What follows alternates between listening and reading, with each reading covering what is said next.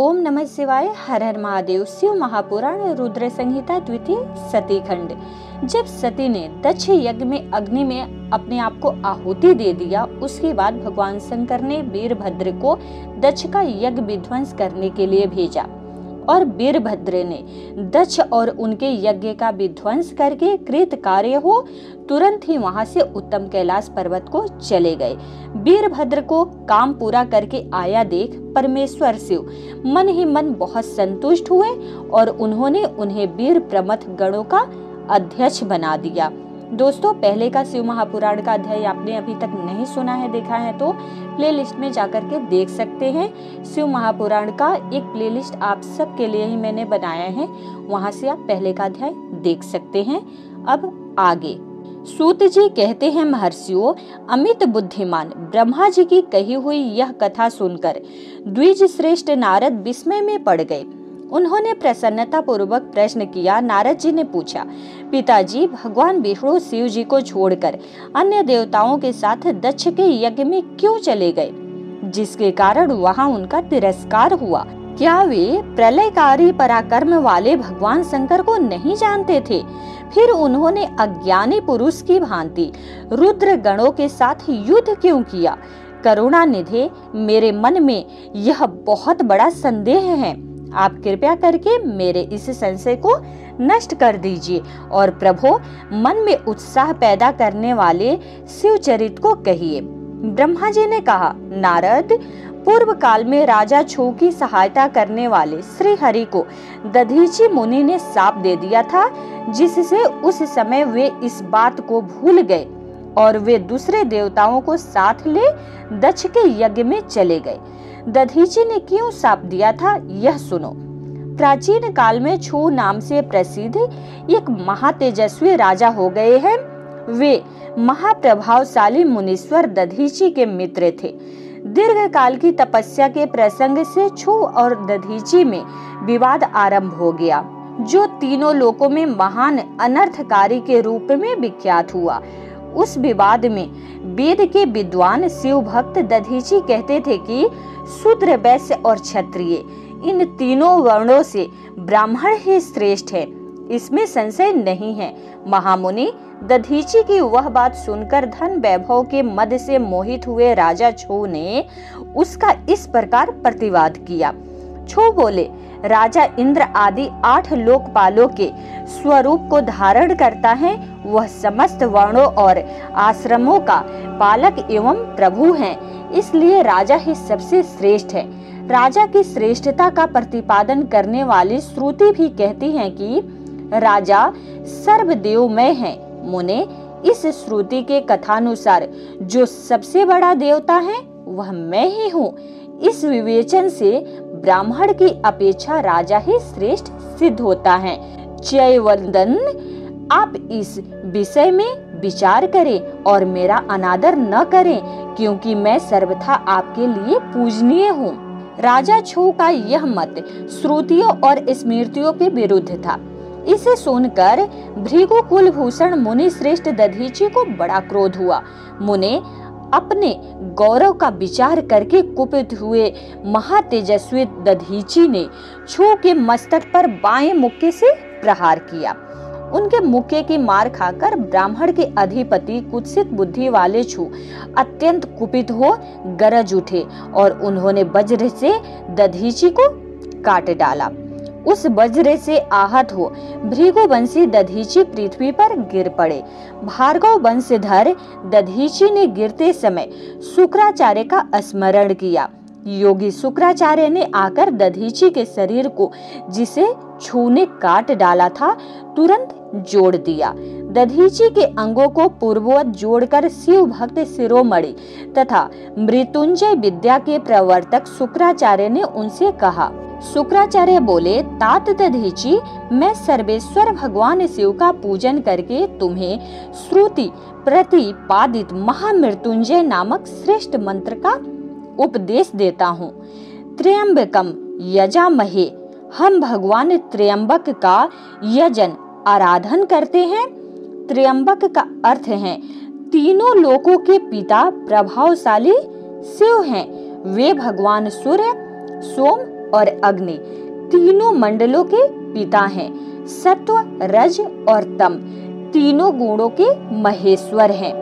आत्म तत्व, विद्या तत्व और शिव तत्व, इन तीन तत्वों के आह्वनीय गार्हपत्य और दक्षिणाग्नि, इन तीनों अग्नियों के सर्वत्र उपलब्ध होने वाले पृथ्वी, जल एवं तेज, इन तीन मूर्त भूतों के अथवा सात्विक आदि भेद से त्रिविध भूतों के, त्रिदिव स्वर्ग के, त्रिभुज के, त्रिधा भूत सबके ब्रह्मा, विष्णु और शिव, इन तीनों देवताओं के महान ईश्वर महादेव जी ही हैं। यहाँ तक मंत्र के प्रथम चरण की व्याख्या हुई। मंत्र का द्वितीय चरण है सुगंधिम पुष्टि वर्धनम।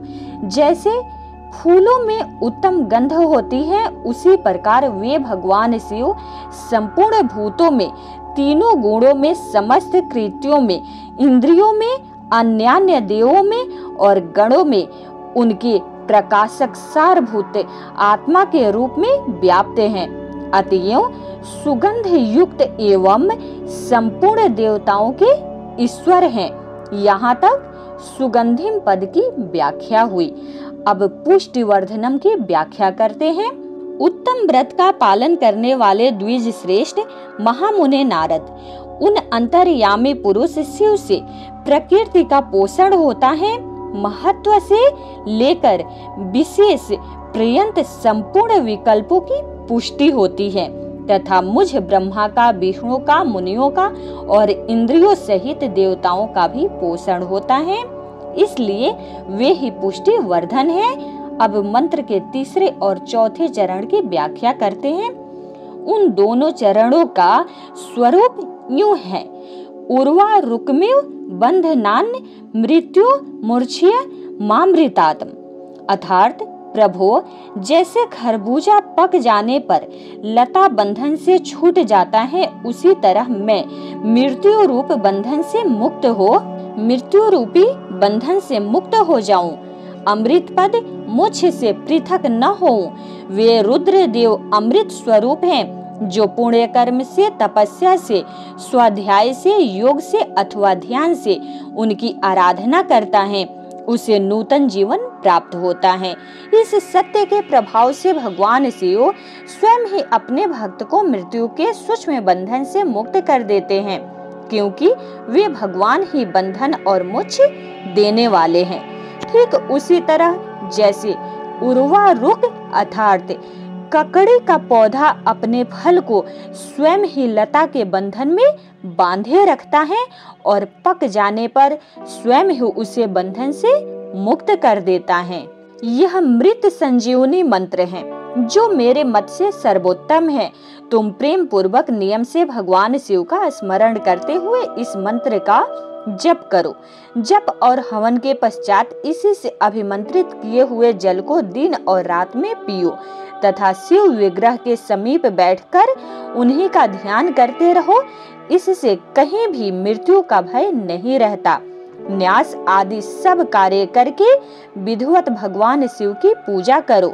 यह सब करके शांत भाव से बैठकर भक्त वत्सल शंकर का ध्यान करना चाहिए।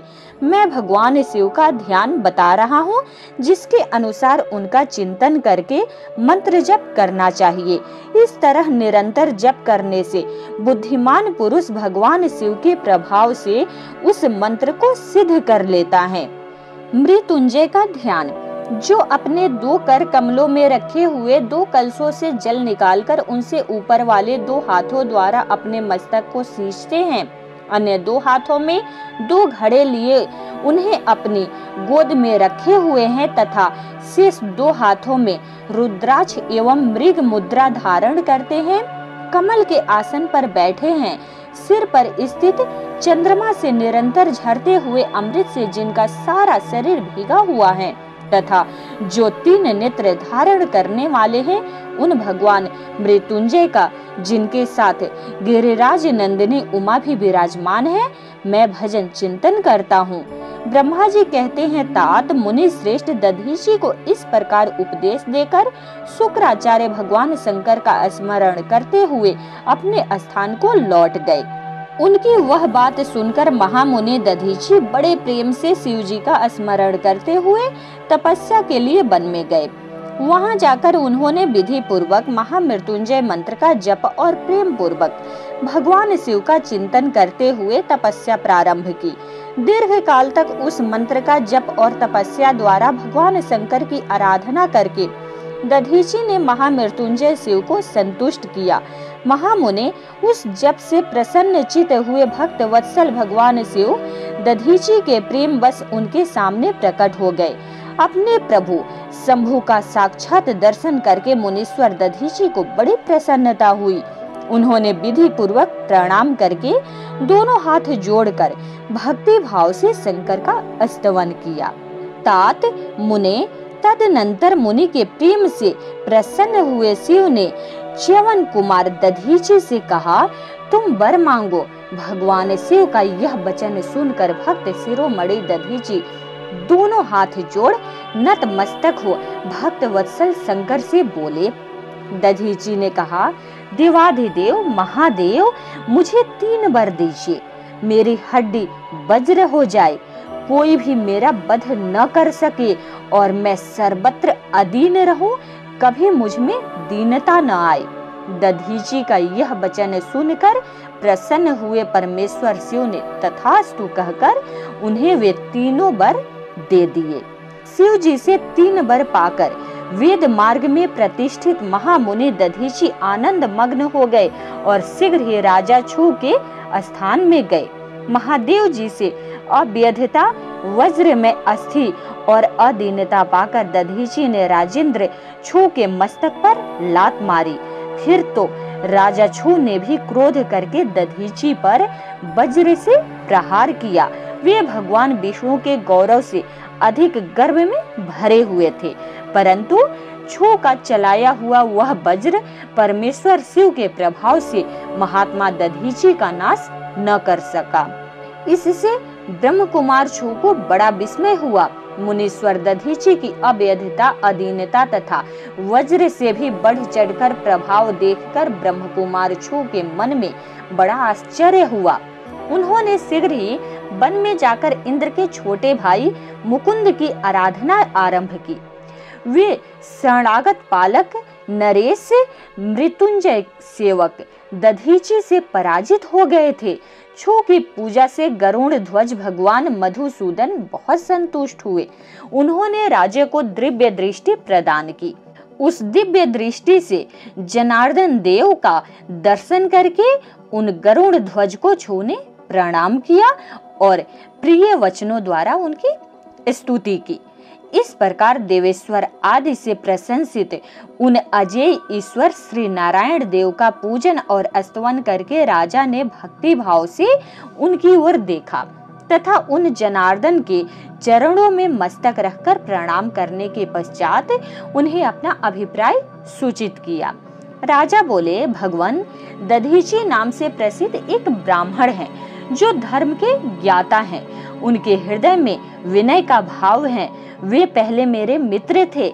इन दिनों रोग शोक से रहित मृत्युंजय महादेव जी की आराधना करके वे उन्हीं कल्याणकारी शिव के प्रभाव से समस्त अस्त्र शस्त्रों द्वारा सदा के लिए अबद्ध हो गए हैं।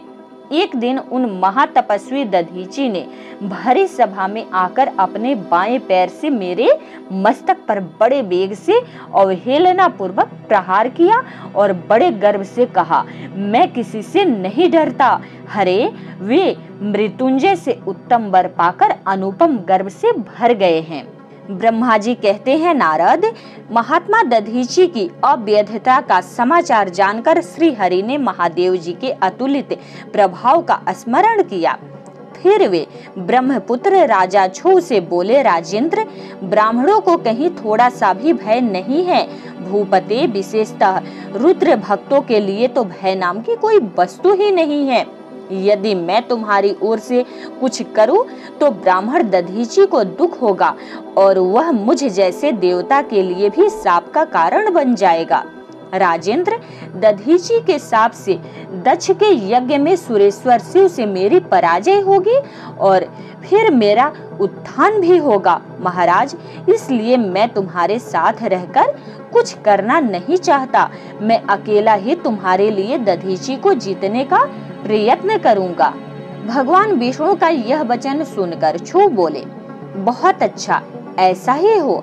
ऐसा कहकर वे उस कार्य के लिए मन ही मन उत्सुक हो प्रसन्नता पूर्वक वही ठहर गए। ब्रह्मा जी कहते हैं, नारद, भक्त वत्सल भगवान विष्णु राजा छू का हित साधन करने के लिए ब्राह्मण का रूप धारण करके दधीची के आश्रम पर गए। वहां उन जगत गुरु श्री हरि ने शिव भक्त शिरोमणि ब्रह्मर्षि दधीची को प्रणाम करके छू के कार्य की सिद्धि के लिए उद्यत हो उनसे यह बात कही। श्री विष्णु बोले, भगवान शिव की आराधना में तत्पर रहने वाले अविनाशी ब्रह्मर्षि दधीची, मैं तुमसे एक वर मांगता हूँ, उसे तुम मुझे दे दो। छू के कार्य की सिद्धि चाहने वाले देवाधिदेव श्री हरि के इस प्रकार याचना करने पर शैव शिरोमणि दधीची ने शीघ्र ही भगवान विष्णु से इस प्रकार कहा। दधीची बोले, ब्रह्मन, आप क्या चाहते हैं यह मुझे ज्ञात हो गया। आप छू का काम बनाने के लिए साक्षात भगवान श्री हरि ही ब्राह्मण का रूप धारण करके यहाँ आए हैं। इसमें संदेह नहीं कि आप पूरे मायावी हैं, किंतु देवेश जनार्दन, मुझे भगवान रुद्र की कृपा से भूत भविष्य और वर्तमान तीनों कालों का ज्ञान सदा ही बना रहता है। सुवर्त, मैं आपको जानता हूँ, आप पापहारी श्री हरि एवं विष्णु है। यह ब्राह्मण का भेष छोड़िए। दुष्ट बुद्धि वाले राजा छू ने आपकी आराधना की है, इसलिए आप पधारे हैं। भगवान हरे, आपकी भक्त वत्सलता को भी मैं जानता हूँ। यह छल छोड़िए, अपने रूप को ग्रहण कीजिए और भगवान शंकर के स्मरण में मन लगाइए। मैं भगवान शंकर की आराधना में लगा रहता हूँ। ऐसी दशा में भी यदि मुझसे किसी को भय हो तो आप उसे यत्न पूर्वक सत्य की शपथ के साथ कहिए। मेरा मन शिव के स्मरण में ही लगा रहता है। मैं कभी झूठ नहीं बोलता। इस संसार में किसी देवता या दैत्य से भी मुझे भय नहीं होता। श्री विष्णु बोले, उत्तम व्रत का पालन करने वाले दधीची, तुम्हारा भय सर्वथा नष्ट ही है, क्योंकि तुम शिव की आराधना में तत्पर रहते हो, इसलिए सर्वज्ञ हो। परंतु मेरे कहने से तुम एक बार अपने प्रतिद्वंदी राजा छू से जाकर कह दो कि राजेंद्र, मैं तुमसे डरता हूँ। भगवान विष्णु का यह वचन सुनकर भी शैव शिरोमणि महामुनि दधीची निर्भय ही रहे और हंसकर बोले। दधीची ने कहा, मैं देवाधिदेव पिनाक पाणी भगवान शंभु के प्रसाद से कहीं कभी किसी से और किंचित मात्र भी नहीं डरता, सदा ही निर्भय रहता हूँ। इस पर श्री हरि ने मुनि को दबाने की चेष्टा की। देवताओं ने भी उनका साथ दिया, किंतु सबके सभी अस्त्र कुंठित हो गए। तदनंतर भगवान श्री विष्णु ने अगणित गणों की सृष्टि की, परंतु महर्षि ने उनको भी भस्म कर दिया। तब भगवान ने अपनी अनंत विष्णु मूर्ति प्रकट की। यह सब देखकर च्यवन कुमार ने वहां जगदीश्वर भगवान विष्णु से कहा। दधीची बोले, महाबाहो, माया को त्याग दीजिए। विचार करने से यह प्रतिभा समात्र प्रतीत होती है। माधव, मैंने सहस्त्रों दुर्विज्ञ वस्तुओं को जान लिया है। आप मुझ में अपने सहित संपूर्ण जगत को देखिए। निरालस्य होकर मुझ में ब्रह्मा एवं रुद्र का भी दर्शन कीजिए। मैं आपको दिव्य दृष्टि देता हूँ। ऐसा कहकर भगवान शिव के तेज से पूर्ण शरीर वाले च्यवन कुमार दधीची मुनि ने अपनी देह में समस्त ब्रह्मांड का दर्शन कराया। तब भगवान श्री विष्णु ने उन पर पुनः कोप करना चाहा। इतने में ही मेरे साथ राजा छू वहां आ पहुंचे। मैंने निश्चेष्ट खड़े हुए भगवान प्रज्ञानभ को तथा देवताओं को क्रोध करने से रोका। मेरी बात सुनकर इन लोगों ने ब्राह्मण दधीची को परास्त नहीं किया। श्री हरि उनके पास गए और उन्होंने मुनि को प्रणाम किया। तदनंतर छू अत्यंत दीन हो उन मुनीश्वर दधीची के निकट गए और उन्हें प्रणाम करके प्रार्थना करने लगे। छू बोले, मुनि श्रेष्ठ शिव भक्त शिरोमणे, मुझ पर प्रसन्न होइए। परमेश्वर, आप दुर्जनों की दृष्टि से दूर रहने वाले हैं, मुझ पर कृपा कीजिए। ब्रह्मा जी कहते हैं, नारद, राजा छू की यह बातें सुनकर तपस्या के निधि ब्राह्मण दधीची ने उन पर अनुग्रह किया। तत्पश्चात श्री विष्णु आदि को देखकर वे मुनि क्रोध से व्याकुल हो गए और मन ही मन शिव का स्मरण करके विष्णु तथा देवताओं को शाप देने लगे। दधीची ने कहा, देवराज इंद्र सहित देवताओं और मुनीश्वरों, तुम लोग रुद्र की क्रोधाग्नि से श्री विष्णु तथा अपने गणों सहित पराजित और ध्वस्त हो जाओ। देवताओं को इस तरह शाप दे। छू की ओर देखकर देवताओं और राजाओं के पूजनीय द्विज श्रेष्ठ दधीची ने कहा, राजेंद्र, ब्राह्मण ही बलि और प्रभावशाली होते हैं। ऐसा स्पष्ट रूप से कहकर ब्राह्मण दधीची अपने आश्रम में प्रविष्ट हो गए। फिर दधीची को नमस्कार मात्र करके छू अपने घर चले गए। तत्पश्चात भगवान विष्णु देवताओं के साथ जैसे आए थे उसी तरह अपने बैकुंठ लोक को लौट गए।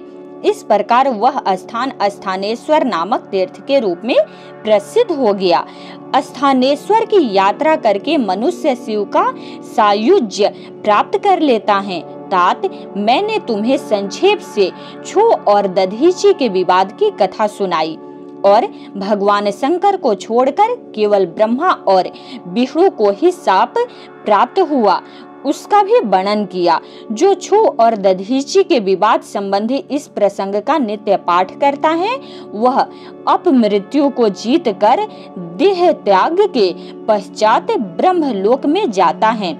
जो इसका पाठ करके रणभूमि में प्रवेश करता है उसे कभी मृत्यु का भय नहीं होता तथा वह निश्चय ही विजयी होता है। नारद जी ने कहा, विधातः महाप्राज्ञ, आप शिव तत्व का साक्षात्कार करने वाले हैं।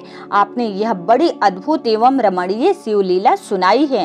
तात, वीरभद्र जब दक्ष के यज्ञ का विनाश करके कैलाश पर्वत पर चले गए तब क्या हुआ, यह हमें बताइए। ब्रह्मा जी बोले, नारद, रुद्रदेव के सैनिकों ने जिनके अंग भंग कर दिए थे वे समस्त पराजित देवता और मुनि उस समय मेरे लोक में आए। वहां मुझ स्वयंभू को नमस्कार करके सबने बारंबार मेरा स्तवन किया, फिर अपने विशेष क्लेश को पूर्ण रूप से सुनाया। उसे सुनकर मैं पुत्र शोक से पीड़ित हो गया और अत्यंत व्यग्र हो व्यथित चित्त से बड़ी चिंता करने लगा। फिर मैंने भक्ति भाव से भगवान विष्णु का स्मरण किया। इससे मुझे समयोचित ज्ञान प्राप्त हुआ। तदनंतर देवताओं और मुनियों के साथ मैं विष्णु लोक में गया और वहां भगवान विष्णु को नमस्कार एवं नाना प्रकार के स्तोत्रों द्वारा उनकी स्तुति करके उनसे अपना दुख निवेदन किया। मैंने कहा, देव, जिस तरह भी यह पूर्ण हो, यजमान जीवित हो और समस्त देवता तथा मुनि सुखी हो जाए वैसा उपाय कीजिए। देवाधिदेव रमानाथ देव सुखदायक विष्णु, हम देवता और मुनि निश्चय ही आपकी शरण में आए हैं। मुझ ब्रह्मा की यह बात सुनकर भगवान लक्ष्मीपति विष्णु, जिनका मन सदा शिव में लगा रहता है और जिनके हृदय में कभी भी दीनता नहीं आती, शिव का स्मरण करके इस प्रकार बोले। श्री विष्णु ने कहा, देवताओं, परम समर्थ तेजस्वी पुरुष से कोई अपराध बन जाए तो भी उसके बदले में अपराध करने वाले मनुष्यों के लिए वह अपराध मंगलकारी नहीं हो सकता। विधाता, समस्त देवता परमेश्वर शिव के अपराधी हैं, क्योंकि इन्होंने भगवान शंभु को यज्ञ का भाग नहीं दिया। अब तुम सब लोग शुद्ध हृदय से शीघ्र ही प्रसन्न होने वाले उन भगवान शिव के पैर पकड़कर उन्हें प्रसन्न करो, उनसे क्षमा मांगो। जिन भगवान के कुपित होने पर यह सारा जगत नष्ट हो जाता है तथा जिनके शासन से लोकपालों सहित यज्ञ का जीवन शीघ्र ही समाप्त हो जाते हैं, वे भगवान महादेव इस समय अपने प्राण वल्लभा सती से बिछुड़ गए हैं तथा अत्यंत दुरात्मा दक्ष ने अपने दुर्वचन रूपी बाणों से उनके हृदय को पहले से ही घायल कर दिया है।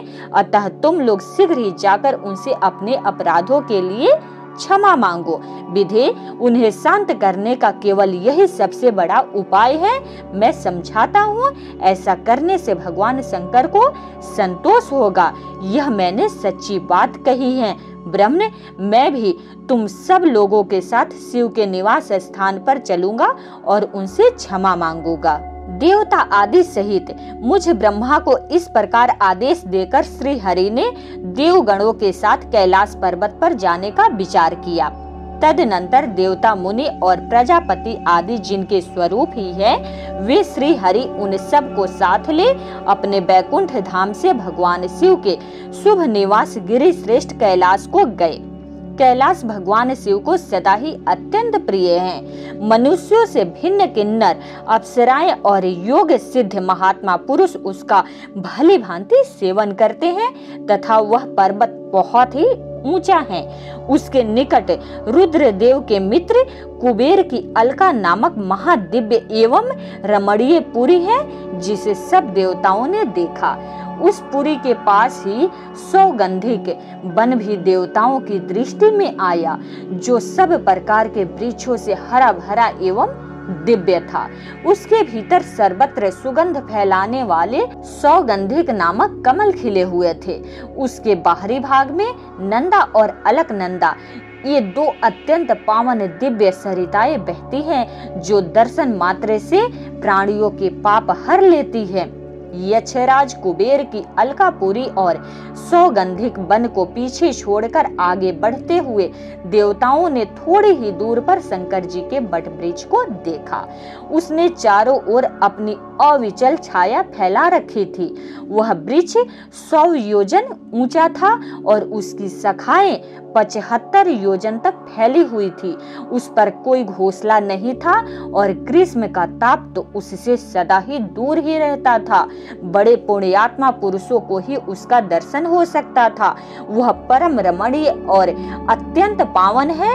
वह दिव्य वृक्ष भगवान शंभु का योग स्थल है, योगियों के द्वारा सेव्य और परम उत्तम है। मुमुक्षुओं के आश्रय भूत उस महायोग में बट वृक्ष के नीचे विष्णु आदि सब देवताओं ने भगवान शंकर को विराजमान देखा। मेरे पुत्र महासिद्ध सनकादि, जो सदा शिव भक्ति में तत्पर रहने वाले और शांत हैं, बड़ी प्रसन्नता के साथ उनकी सेवा में बैठे थे। भगवान शिव का श्री विग्रह परम शांत दिखाई देता था। उनके सखा कुबेर, जो गुह और राक्षसों के स्वामी हैं, अपने सेवक गणों तथा कुटुंबी जनों के साथ सदा विशेष रूप से उनकी सेवा किया करते हैं। वे परमेश्वर शिव उस समय तपस्वी जनों को परम प्रिय लगने वाला सुंदर रूप धारण किए बैठे थे। भस्म आदि से उनके अंगों की बड़ी शोभा हो रही थी। भगवान शिव अपने वत्सल स्वभाव के कारण सारे संसार के सुहृद हैं। नारद, उस दिन वे एक कुशासन पर बैठे थे और सब संतों के सुनते हुए तुम्हारे प्रश्न करने पर तुम्हें उत्तम ज्ञान का उपदेश दे रहे थे। वे बायां चरण अपनी दाईं जांघ पर और बायां हाथ बाएं घुटने पर रखे, कलाई में रुद्राक्ष की माला डाले, सुंदर तर्क मुद्रा में विराजमान थे। इस रूप में भगवान शिव का दर्शन करके उस समय विष्णु आदि सब देवताओं ने दोनों हाथ जोड़कर मस्तक झुकाकर तुरंत उनके चरणों में प्रणाम किया। मेरे साथ भगवान विष्णु को आया देख सत्पुरुषों के आश्रयदाता भगवान रुद्र उठकर खड़े हो गए और उन्होंने सिर झुकाकर उन्हें प्रणाम भी किया। फिर विष्णु आदि सब देवताओं ने जब भगवान शिव को प्रणाम कर लिया, तब उन्होंने मुझे नमस्कार किया। ठीक उसी तरह जैसे लोगों को उत्तम गीत प्रदान करने वाले भगवान विष्णु प्रजापति कश्यप को प्रणाम करते हैं। तत्पश्चात देवताओं, सिद्धों, गणाधीशों और महर्षियों से नमस्कृत तथा स्वयं भी श्री विष्णु को एवं मुझको नमस्कार करने वाले भगवान शिव से श्री हरि ने आदर पूर्वक वार्तालाप आरंभ किया। देवताओं ने भगवान शिव जी की अत्यंत विनय के साथ स्तुति करते हुए अंत में कहा, आप पर उत्कृष्ट परमेश्वर परात्पर तथा परात्पर तर हैं। आप सर्वव्यापी विश्वमूर्ति महेश्वर को नमस्कार हैं। आप विष्णु कलत्र, विष्णु क्षेत्र, भानु भैरव, शरणागत वत्सल, त्र्यंबक तथा विहरशील हैं तथा विहरणशील हैं। आप मृत्युंजय हैं, शोक भी आपका ही रूप है और आप त्रिगुण एवं गुणात्मा हैं। चंद्रमा, सूर्य और अग्नि आपके नेत्र हैं। आप सबके कारण तथा धर्म मर्यादा स्वरूप हैं। आपको नमस्कार है। आपने अपने ही तेज से संपूर्ण जगत को व्याप्त कर रखा है। आप निर्विकार, प्रकाश पूर्ण, चिदानंद स्वरूप पर ब्रह्म परमात्मा है। महेश्वर, ब्रह्मा, विष्णु, इंद्र और चंद्र आदि समस्त देवता तथा मुनि आपसे ही उत्पन्न हुए हैं। चूंकि आप अपने शरीर को 8 भागों में विभक्त करके समस्त संसार का पोषण करते हैं, इसलिए अष्टमूर्ति कहलाते हैं। आप ही सबके आदि कारण करुणामय ईश्वर हैं। आपके भय से यह वायु चलती है, आपके भय से अग्नि जलाने का काम करती है, आपके भय से सूर्य तपता है और आपके ही भय से मृत्यु सब ओर दौड़ती फिरती है। दया सिंधु महेशान परमेश्वर, प्रसन्न होइए। हम नष्ट और अचेत हो रहे हैं, अतः सदा ही हमारी रक्षा कीजिए। रक्षा कीजिए नाथ, करुणा निधे शंभु। आपने अब तक नाना प्रकार की आपत्तियों से जिस तरह हमें सदा सुरक्षित रखा है, उसी तरह आज भी आप हमारी रक्षा कीजिए। नाथ दुर्गेश, आप शीघ्र कृपा करके इस अपूर्ण यज्ञ का और प्रजापति दक्ष का भी उद्धार कीजिए। भग को अपनी आंखें मिल जाए, यजमान दक्ष जीवित हो जाए, पूसा के दांत जम जाए और भृगु की दाढ़ी मुझ पहले जैसी हो जाए। शंकर आयुधों और पत्थरों की वर्षा से जिनके अंग भंग हो गए हैं, उन देवता आदि पर आप सर्वथा अनुग्रह करें, जिससे उन्हें पूर्णतः आरोग्य लाभ हो। नाथ, यज्ञ कर्म पूर्ण होने पर जो कुछ शेष रहे, वह सब आपका पूरा पूरा भाग हो, उसमें और कोई हस्तक्षेप न करे। रुद्रदेव, आपके भाग से ही यज्ञ पूर्ण हो, अन्यथा नहीं। ऐसा कहकर मुझे ब्रह्मा के साथ सभी देवता अपराध क्षमा कराने के लिए उद्यत हो हाथ जोड़कर भूमि पर दंड के समान पड़ गए। ब्रह्मा जी कहते हैं, नारद, मुझे ब्रह्मा, लोकपाल, प्रजापति तथा मुनियों सहित श्रीपति विष्णु के अनुनय विनय करने पर परमेश्वर शिव प्रसन्न हो गए। देवताओं को आश्वासन दे हंसकर उन पर परम अनुग्रह करते हुए करुणा निधान परमेश्वर शिव ने कहा, श्री महादेव जी बोले, सूर्य श्रेष्ठ ब्रह्मा और विष्णु देव, आप दोनों सावधान होकर मेरी बात सुने। मैं सच्ची बात कहता हूँ। तात, आप दोनों की सभी बातों को मैंने सदा माना है। दक्ष के यज्ञ का यह विध्वंस मैंने नहीं किया है। दक्ष स्वयं ही दूसरों से द्वेष करते हैं। दूसरों के प्रति जैसा बर्ताव किया जाएगा, वह अपने लिए ही फलित होगा। अतः ऐसा कर्म कभी नहीं करना चाहिए जो दूसरों को कष्ट देने वाला हो। दक्ष का मस्तक जल गया है, इसलिए इनके सिर के स्थान में बकरे का सिर जोड़ दिया जाए।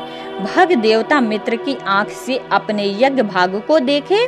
तात, पूसा नामक देवता जिनके दांत टूट गए हैं, यजमान के दांतों से भली भांति पीसे गए यज्ञान का भक्षण करे।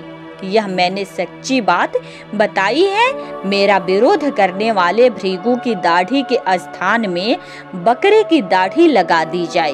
शेष सभी देवताओं की जिन्होंने मुझे यज्ञ भाग के रूप में यज्ञ की अवशिष्ट वस्तुएं दी है, सारे अंग पहले की भांति ठीक हो जाए।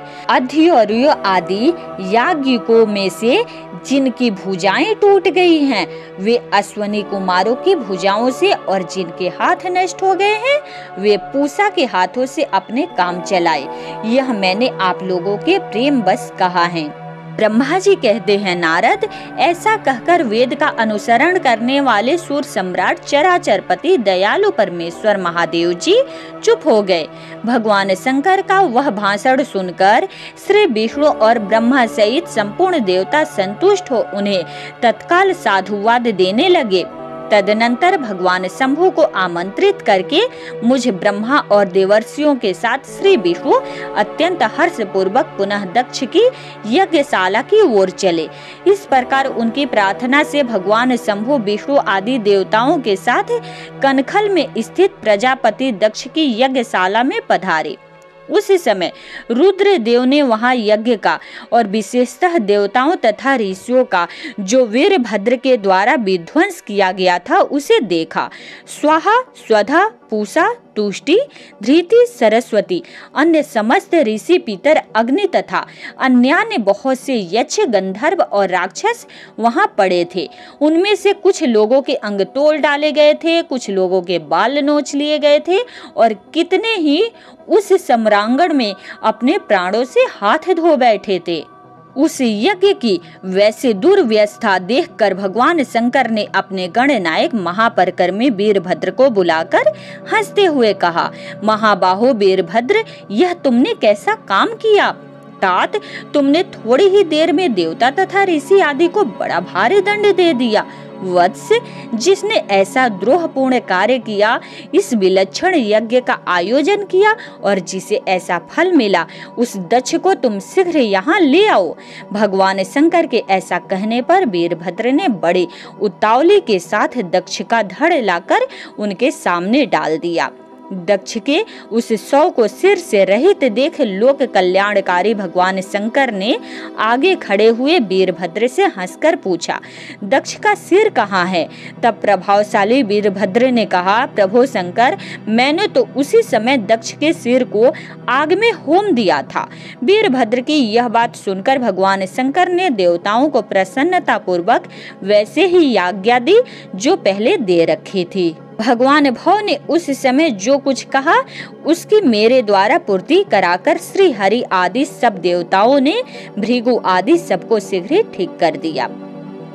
तदनंतर शंभु के आदेश से प्रजापति के धड़ के साथ यज्ञ पशु बकरे का सिर जोड़ दिया गया। उस सिर के जोड़े जाते ही शंभु की शुभ दृष्टि पड़ने से प्रजापति के शरीर में प्राण आ गए और वे तत्काल सोकर जगे हुए पुरुष की भांति उठकर खड़े हो गए। उठते ही उन्होंने अपने सामने करुणा निधि भगवान शंकर को देखा। देखते ही दक्ष के हृदय में प्रेम उमड़ आया।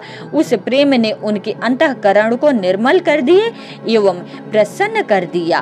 पहले महादेव जी से द्वेष करने के कारण उनका अंतःकरण मलिन हो गया था, परंतु उस समय शिव के दर्शन से वे तत्काल शरद ऋतु के चंद्रमा की भांति निर्मल हो गए।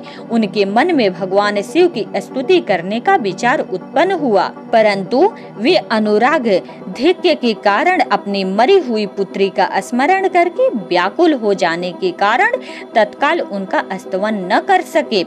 थोड़ी देर बाद मन को स्थिर होने पर दक्ष ने लक्षित हो लोक शंकर शिव शंकर को प्रणाम किया और उनकी स्तुति आरंभ की। उन्होंने भगवान शंकर की महिमा गाते हुए बारंबार उन्हें प्रणाम किया। फिर अंत में कहा, परमेश्वर, आपने ब्रह्मा होकर सबसे पहले आत्म तत्व का ज्ञान प्राप्त करने के लिए अपने मुख से विद्या, तप और व्रत धारण करने वाले ब्राह्मणों को उत्पन्न किया था। जैसे ग्वाला लाठी लेकर गौओं की रक्षा करता है, उसी प्रकार मर्यादा का पालन करने वाले आप परमेश्वर दंड धारण किए हुए उन साधु ब्राह्मणों की सभी विपत्तियों से रक्षा करते हैं। मैंने दुर्वचन रूपी बाणों से आप परमेश्वर को विध डाला था, फिर भी आप मुझ पर अनुग्रह करने के लिए यहाँ आ गए। आप मेरी ही तरह अत्यंत दैन्यपूर्ण आशा वाले इन देवताओं पर भी कृपा कीजिए। भक्त वत्सल दीन बंधो शंभो, मुझ में आपको प्रसन्न करने के लिए कोई गुण नहीं है। आप षड्विध्य ऐश्वर्य से संपन्न परात्पर परमात्मा है, अतः अपने ही बहुमूल्य उदारता पूर्ण बर्ताव से मुझ पर संतुष्ट हो। ब्रह्मा जी कहते हैं, नारद, इस प्रकार लोक कल्याणकारी महाप्रभु महेश्वर शंकर की स्तुति करके विनित चित्त प्रजापति दक्ष चुप हो गए। तदनंतर श्री विष्णु ने हाथ जोड़कर भगवान वृषभ ध्वज को प्रणाम करके प्रसन्नता पूर्वक हृदय और वाष्प गदगद वाणी द्वारा उनकी स्तुति प्रारंभ की। तदनंतर मैंने कहा, देवाधिदेव महादेव, करुणा सागर प्रभु, आप स्वतंत्र परमात्मा हैं, अद्वितीय एवं अविनाशी परमेश्वर हैं। देव ईश्वर, आपने मेरे पुत्र पर अनुग्रह किया। अपने अपमान की ओर कुछ भी ध्यान न देकर दक्ष के यज्ञ का उद्धार कीजिए। देवेश्वर, आप प्रसन्न होइए और समस्त शापों को दूर कर दीजिए। आप सज्ञान हैं, अतः आप ही मुझे कर्तव्य की ओर प्रेरित करने वाले हैं और आप ही अकर्तव्य से रोकने वाले हैं। महामुने, इस प्रकार परम महेश्वर की स्तुति करके मैं दोनों हाथ जोड़कर मस्तक झुकाकर खड़ा हो गया। तब सुंदर विचार रखने वाले इंद्र आदि देवता और लोकपाल शंकर देव की स्तुति करने लगे। उस समय भगवान शिव का मुखारविंद प्रसन्नता से खिल उठा था। इसके बाद प्रसन्न चित्त हुए समस्त देवताओं, दूसरे दूसरे सिद्धों, ऋषियों और प्रजापतियों ने भी शंकर जी का सहर्ष स्तमन किया। इसके अतिरिक्त उपदेवों, नागों, सदस्यों तथा ब्राह्मणों ने पृथक पृथक प्रणाम पूर्वक बड़े भक्ति भाव से उनकी स्तुति की। ब्रह्मा जी कहते हैं, नारद, इस प्रकार श्री विष्णु के मेरे देवताओं और ऋषियों के तथा अन्य लोगों की स्तुति करने पर महादेव जी बड़े प्रसन्न हुए। फिर उन शंभु ने समस्त ऋषियों, देवता आदि को कृपा दृष्टि से देखकर तथा मुझ ब्रह्मा और विष्णु का समाधान करके दक्ष से इस प्रकार कहा। महादेव जी बोले, प्रजापति दक्ष, मैं जो कुछ कहता हूँ सुनो। मैं तुम पर प्रसन्न हूँ। यद्यपि मैं सबका ईश्वर और स्वतंत्र हूँ, तो भी सदा ही अपने भक्तों के अधीन रहता हूँ। 4 प्रकार के पुण्यात्मा पुरुष मेरा भजन करते हैं। दक्ष प्रजापति उन चारों भक्तों में पूर्व की अपेक्षा उत्तरोत्तर श्रेष्ठ है। उनमें पहला आर्त, दूसरा जिज्ञासु, तीसरा अर्थार्थी और चौथा ज्ञानी है। पहले के 3 तो समान श्रेणी के भक्त हैं, किंतु चौथा का अपना विशेष महत्व है। उन सब भक्तों में चौथा ज्ञानी ही मुझे अधिक प्रिय है। वह सब मेरा रूप माना गया है, उससे बढ़कर दूसरा कोई मुझे प्रिय नहीं है। यह मैं सत्य सत्य कहता हूँ। मैं आत्मज्ञ हूँ। वेदांत के पारगामी विद्वान ज्ञान के द्वारा मुझे जान सकते हैं। जिनकी बुद्धि मंद है वे ही ज्ञान के बिना मुझे पाने के प्रयत्न करते हैं। कर्म के अधीन हुए मूढ़ मानव मुझे वेद, यज्ञ, दान और तपस्या द्वारा भी कभी नहीं पा सकते। अतः दक्ष, आज से तुम बुद्धि के द्वारा मुझ परमेश्वर को जानकर ज्ञान का आश्रय ले समाहित चित्त होकर कर्म करो। प्रजापति, तुम उत्तम बुद्धि के द्वारा मेरी दूसरी बात भी सुनो। मैं अपने सगुण स्वरूप के विषय में भी इस गोपनीय रहस्य को धर्म की दृष्टि से तुम्हारे सामने प्रकट करता हूँ। जगत का परम कारण रूप मैं ही ब्रह्मा और विष्णु हूँ। मैं सबका आत्मा, ईश्वर और साक्षी हूँ। स्वयं प्रकाश तथा निर्विशेष हूँ। मुने, अपने त्रिगुणात्मिक का माया को स्वीकार करके मैं ही जगत की सृष्टि, पालन और संहार करता हुआ उन क्रियाओं के अनुरूप ब्रह्मा, विष्णु और रुद्र नाम धारण करता हूँ। उस अद्वितीय भेद रहित केवल विशुद्ध मुझे पर ब्रह्म परमात्मा में ही अज्ञानी पुरुष ब्रह्मा ईश्वर तथा अन्य समस्त जीवों को भिन्न रूप से देखता है। जैसे मनुष्य अपने सिर और हाथ आदि अंगों में ये मुझसे भिन्न है ऐसी परकीय बुद्धि कभी नहीं करता, उसी तरह मेरा भक्त प्राणी मात्र में मुझसे भिन्नता नहीं देखता। दक्ष, मैं ब्रह्मा और विष्णु तीनों स्वरूपतः एक ही हैं तथा हम ही संपूर्ण जीव रूप हैं, ऐसा समझकर जो हम तीनों देवताओं में भेद नहीं देखता वही शांति प्राप्त करता है।